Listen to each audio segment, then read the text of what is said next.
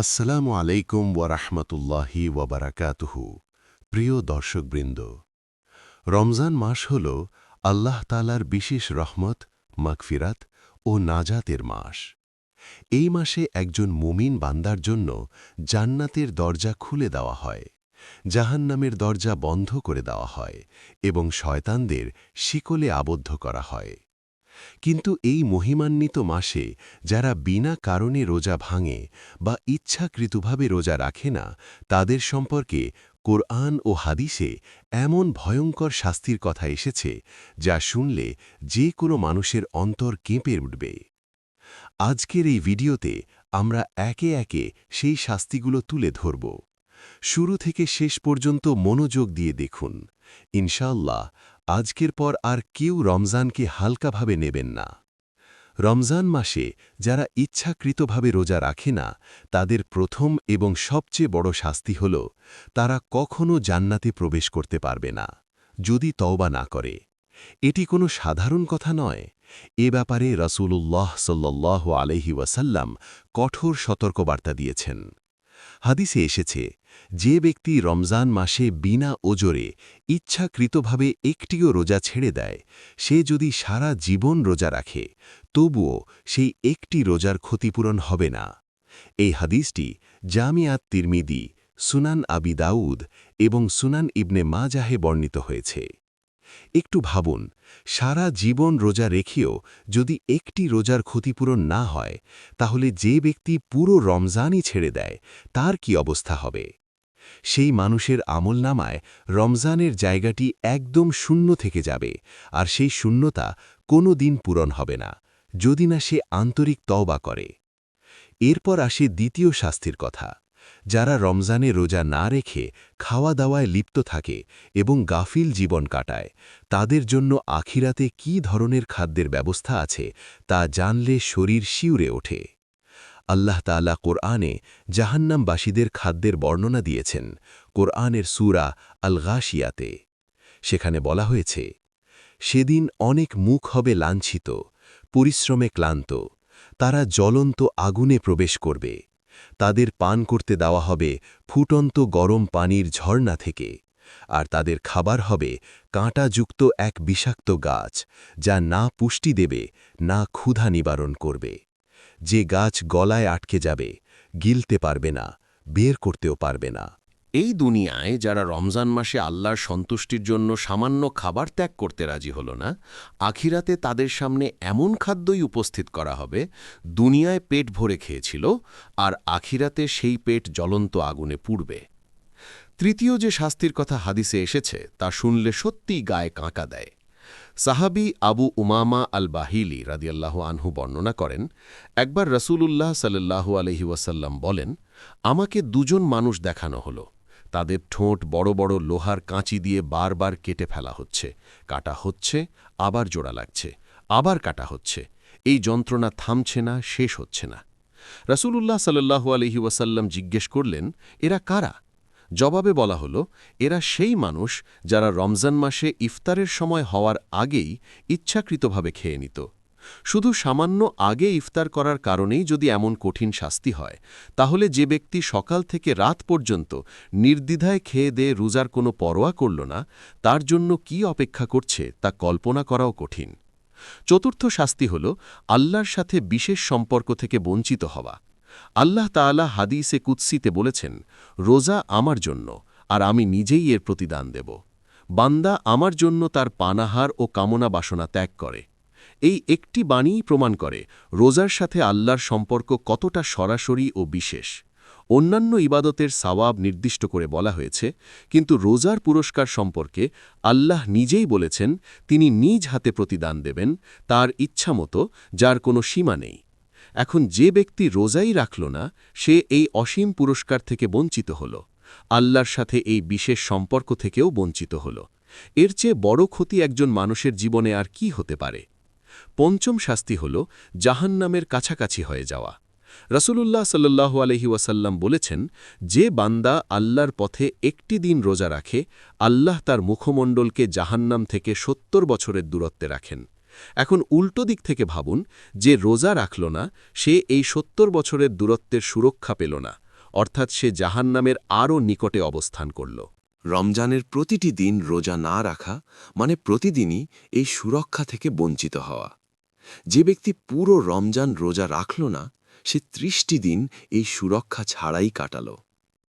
ষষ্ঠ শাস্তি হল রোজা একটি ঢাল, আর সেই ঢাল না থাকলে মানুষ পাপের সামনে একেবারে উন্মুক্ত হয়ে যায়। রসূলুল্লাহ সাল্লাল্লাহু আলাইহি ওয়াসাল্লাম বলেছেন, রোজা একটি ঢাল। এই ঢাল মানুষকে পাপ থেকে রক্ষা করে এবং জাহান্নামের আগুন থেকে বাঁচায়। যুদ্ধক্ষেত্রের কথা ভাবুন, একজন সৈনিক যুদ্ধে গেল, কিন্তু নিজের ঢালটি বাড়িতে ফেলে রেখে গেল। শত্রু যখন তীর ছড়বে, তখন সে নিজেকে রক্ষা করার জন্য কিছুই পাবে না। রোজা না রাখা মানে নিজের ঢাল নিজেই ফেলে দেওয়া। এরপর সে পাপের সামনে সম্পূর্ণ উন্মুক্ত হয়ে যায়। শয়তান তাকে সহজেই টেনে নিতে পারে। ধীরে ধীরে সে শুধু রোজা থেকেই নয়, নামাজ, কুরআন সব ইবাদত থেকেই দূরে সরে যেতে থাকে। সপ্তম শাস্তি হল কবরের আযাব। রমজান মাসে ইচ্ছাকৃতভাবে রোজা ভাঙলে শুধু আখেরাতেই নয়, কবরের জীবনেও শাস্তি শুরু হতে পারে। আবু উমামা আল বাহিলি রাদিয়াল্লাহু আনহু এর বর্ণিত হাদিসে যে ভয়াবহ দৃশ্যের কথা বলা হয়েছে, অনেক আলেমের মতে তা কবরের শাস্তির একটি বর্ণনা। অর্থাৎ মৃত্যুর পর থেকেই সেই যন্ত্রণা শুরু হয়ে যেতে পারে। কিয়ামত পর্যন্ত অপেক্ষা করতে হবে না। সেই লোহার কাঁচির যন্ত্রণা কবরেই শুরু হতে পারে। মানুষ দুনিয়ায় ঘুরে বেড়াচ্ছে, হাসছে, খাচ্ছে, আর কবরে তার সঙ্গী হচ্ছে অসহনীয় যন্ত্রণা। এই দৃশ্যটি একটু হৃদয়ে ধারণ করুন। অষ্টম শাস্তি হল কিয়ামতের দিনের কঠিন জবাবদিহিতা। সেদিন প্রত্যেক মানুষের আমলনামা খুলে দেওয়া হবে। রমজানের প্রতিটি দিনের হিসাব থাকবে। যে রোজা রেখেছে তার জন্য থাকবে অসীম পুরস্কার, আর যে বিনা কারণে রোজা রাখেনি সে কোনো অজুহাত দেখাতে পারবে না। কারণ সেখানে মিথ্যা চলবে না, কোনো অজুহাত গ্রহণ করা হবে না। সূরা আল মুনাফিকুনে আল্লাহ তাআলা সতর্ক করেছেন কঠিন শাস্তির ব্যাপারে। সেদিন সুপারিশ করারও কেউ থাকবে না, যদি না আল্লাহ অনুমতি দেন। আর যে ব্যক্তি রোজাই রাখেনি, সে কিভাবে সেই অনুমতির আশা করবে? নবম শাস্তি হল রমজানের শ্রেষ্ঠ রাত থেকে চিরতরে বঞ্চিত হয়ে যাওয়া। রসূলুল্লাহ সাল্লাল্লাহু আলাইহি ওয়াসাল্লাম বলেছেন, রমজান মাসে এমন একটি রাত রয়েছে যা 1000 মাসের চেয়েও উত্তম। সেই রাত হল লাইলাতুল কদর। 1000 মাস মানে প্রায় 83 বছরেরও বেশি সময়। সেই রাতে একটি ইবাদাত করলে 1000 মাসের ইবাদাতের চেয়েও বেশি সওয়াব পাওয়া যায়। কিন্তু যে ব্যক্তি রোজা রাখল না, সে কি এই রাতের ইবাদতের জন্য প্রস্তুত থাকতে পারবে?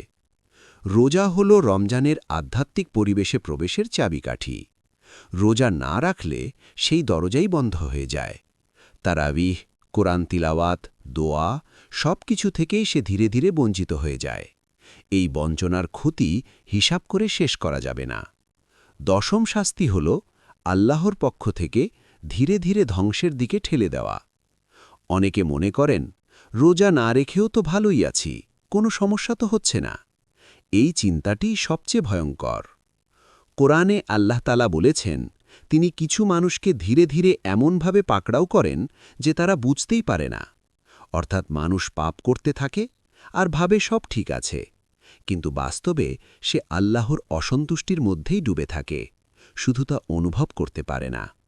আল্লাহ যখন কাউকে পাপের মধ্যে রেখেও সুস্থতা ও রিজিক দেন, তা সবসময় রহমত নয়, কখনো কখনো তা পরীক্ষা।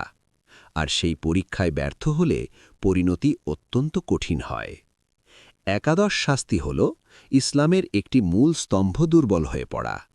রসূলুল্লাহ সাল্লাল্লাহু আলাইহি ওয়াসাল্লাম বলেছেন, ইসলাম 5টি স্তম্ভের উপর প্রতিষ্ঠিত: কালিমা, নামাজ, রোজা, জাকাত ও হজ। ভাবুন, 5টি স্তম্ভের উপর দাঁড়ানো একটি ঘর থেকে যদি একটি স্তম্ভ সরিয়ে নেওয়া হয়, তাহলে পুরো ঘর নড়বড়ে হয়ে যায়। একইভাবে রোজা না রাখলে একজন মানুষের ঈমানের ভিত্তি দুর্বল হয়ে পড়ে। আজ রোজা ছাড়ল, কাল নামাজ ছাড়বে, পরশু কুরআনও ছুঁয়ে দেখবে না। ধীরে ধীরে সে এমন জায়গায় পৌঁছে যাবে যেখান থেকে ফিরে আসা অত্যন্ত কঠিন। দ্বাদশ শাস্তি হল মুনাফিকের বৈশিষ্ট্যের দিকে এগিয়ে যাওয়া। রসূলুল্লাহ সাল্লাল্লাহু আলাইহি ওয়াসাল্লাম বলেছেন, মুনাফিকের আলামত ৩টি: যখন কথা বলে মিথ্যা বলে, ওয়াদা করলে ভঙ্গ করে, আর আমানত পেলে খিয়ানত করে। একজন মুসলমান যখন আল্লাহর সাথে রোজা রাখার অঙ্গীকার করে অথচ বিনা ওজরে তা ভঙ্গ করে, এটা কি ওয়াদা ভঙ্গের শামিল নয়? কিছু বর্ণনায় এসেছে, রমজানে বিনা ওজরে রোজা না রাখার আচরণ মুনাফিকের বৈশিষ্ট্যের সাথে সাদৃশ্যপূর্ণ। শুনতে কঠিন লাগতে পারে, কিন্তু বিষয়টি অত্যন্ত গুরুতর। ত্রয়োদশ শাস্তি হল কাফফারার কঠিন বোঝা বহন করতে হওয়া। সহিহ আল বুখারীতে একটি বিখ্যাত ঘটনা বর্ণিত আছে। একদিন এক সাহাবী রসূলুল্লাহ সাল্লাল্লাহু আলাইহি ওয়াসাল্লামের কাছে এসে মাথা নিচু করে বললেন, ইয়া রসূলাল্লাহ, আমি ধ্বংস হয়ে গেছি। রসূলুল্লাহ সাল্লাল্লাহু আলাইহি ওয়াসাল্লাম জিজ্ঞেস করলেন, কি হয়েছে? সাহাবী বললেন, রমজানের দিনে তিনি নিজের স্ত্রীর সাথে সহবাস করেছেন। তখন রসূলুল্লাহ সাল্লাল্লাহু আলাইহি ওয়াসাল্লাম একে জিজ্ঞেস করলেন, তুমি কি একজন দাস মুক্ত করতে পারবে? তিনি বললেন, না। তুমি কি একটানা 2 মাস রোজা রাখতে পারবে? তিনি বললেন, না। তুমি কি 60 জন গরিব মানুষকে খাওয়াতে পারবে? তিনি বললেন, সেটাও পারব না। এই হাদিস থেকে স্পষ্ট বোঝা যায়, ইচ্ছাকৃতভাবে রমজানের রোজা ভাঙলে কাফফারা কতটা কঠিন। একটানা 60 দিনের রোজা রাখা অথবা 60 জন অভাবীকে আহার করানো, এটি কোনো হালকা বিষয় নয়। সহিহ আল বুখারীতে বর্ণিত এই ঘটনা আমাদের সতর্ক করে দেয়। হানাফি মাযহাবের মতে শুধু সহবাস নয়, ইচ্ছাকৃতভাবে খাওয়া বা পান করেও রোজা ভাঙলে একই কাফফারা ওয়াজিব হয়। চতুর্দশ শাস্তি হল, যারা মনে করেন লুকিয়ে খেলে কেউ দেখবে না, তারা ভয়ঙ্কর ভুলের মধ্যে আছেন। কুরআনে আল্লাহ তাআলা ঘোষণা করেছেন, তিনি প্রকাশ্য বিষয় যেমন জানেন, গোপন বিষয়ও তেমনি জানেন, বরং গোপন বিষয় সম্পর্কে তিনি আরও অধিক অবগত। সূরা আল হাদীদে বলা হয়েছে, আসমান ও জমিনের প্রতিটি কোণে যা কিছু ঘটে আল্লাহ সব জানেন, তিনি সর্বদ্রষ্টা। কেউ রেস্তোরাঁয় খাক, অফিসে খাক কিংবা ঘরে একা একা, কোথাও কিছু লুকানোর সুযোগ নেই। প্রতিটি লোকমা, প্রতিটি ঢোক, প্রতিটি মুহূর্ত লিপিবদ্ধ হচ্ছে। কিয়ামতের দিন তার পূর্ণ হিসাব দিতে হবে। পঞ্চদশ শাস্তি হল দুর্ভাগ্যের তকমা পাওয়া। রাসূলুল্লাহ সাল্লাল্লাহু আলাইহি ওয়াসাল্লাম বলেছেন, সে ব্যক্তি দুর্ভাগা যে রমজান মাস পেল কিন্তু তার গোনাহ মাফ হল না। এই হাদিসে তিনি সরাসরি তাকে দুর্ভাগা বলেছেন। একজন মানুষের জীবনে সবচেয়ে বড় দুর্ভাগ্য কি হতে পারে? আল্লাহর রহমতের মৌসুম পেল, কিন্তু সেই রহমত গ্রহণ করল না। জান্নাতের দরজা খোলা থাকলেও ভেতরে প্রবেশ করল না। এর চেয়ে বড় দুর্ভাগ্য আর কি হতে পারে?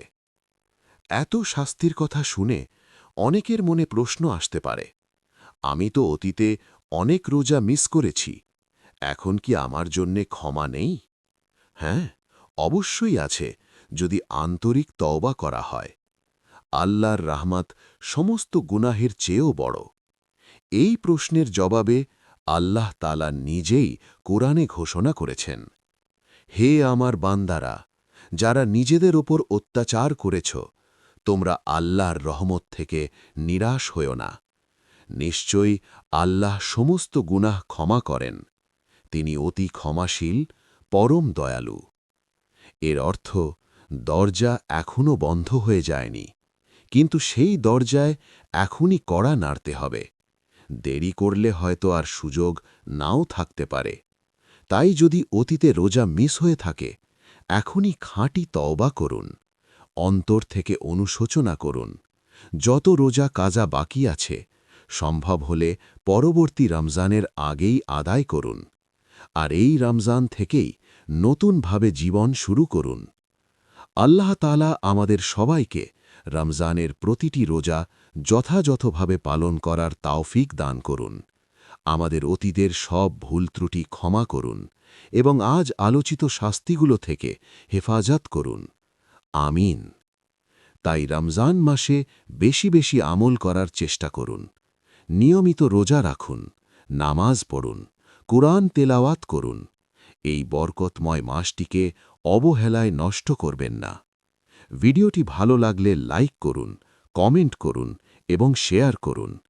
চ্যানেলটি সাবস্ক্রাইব করে বেল আইকনে ক্লিক করে রাখুন, যাতে নতুন কোনো ভিডিও মিস না হয়। আল্লাহ হাফেজ।